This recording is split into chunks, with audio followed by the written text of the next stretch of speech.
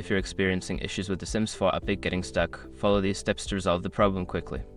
This guide will help you troubleshoot and get your game updated smoothly. Step 1. Restart your computer. Shut down your computer completely and then turn it back on. This can clear temporary glitches that might be causing the update to stall. Step 2. Check your internet connection. Make sure you have a stable internet connection. Disconnect and reconnect to your Wi-Fi or Ethernet to ensure there are no connectivity issues affecting the update process. Step 3. Run Origin or EA app as administrator. Right-click on the Origin or EA app icon and select Run as administrator. This can help bypass any permission issues that may be preventing the update from completing. Step 4. Clear the cache. For Origin, go to the Origin menu, select Application Settings, then Installs and Saves, and click on Clear Cache.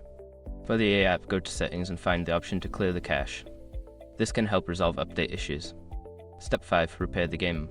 Open Origin or the EA app, go to your game library, right-click on The Sims 4 and select Repair.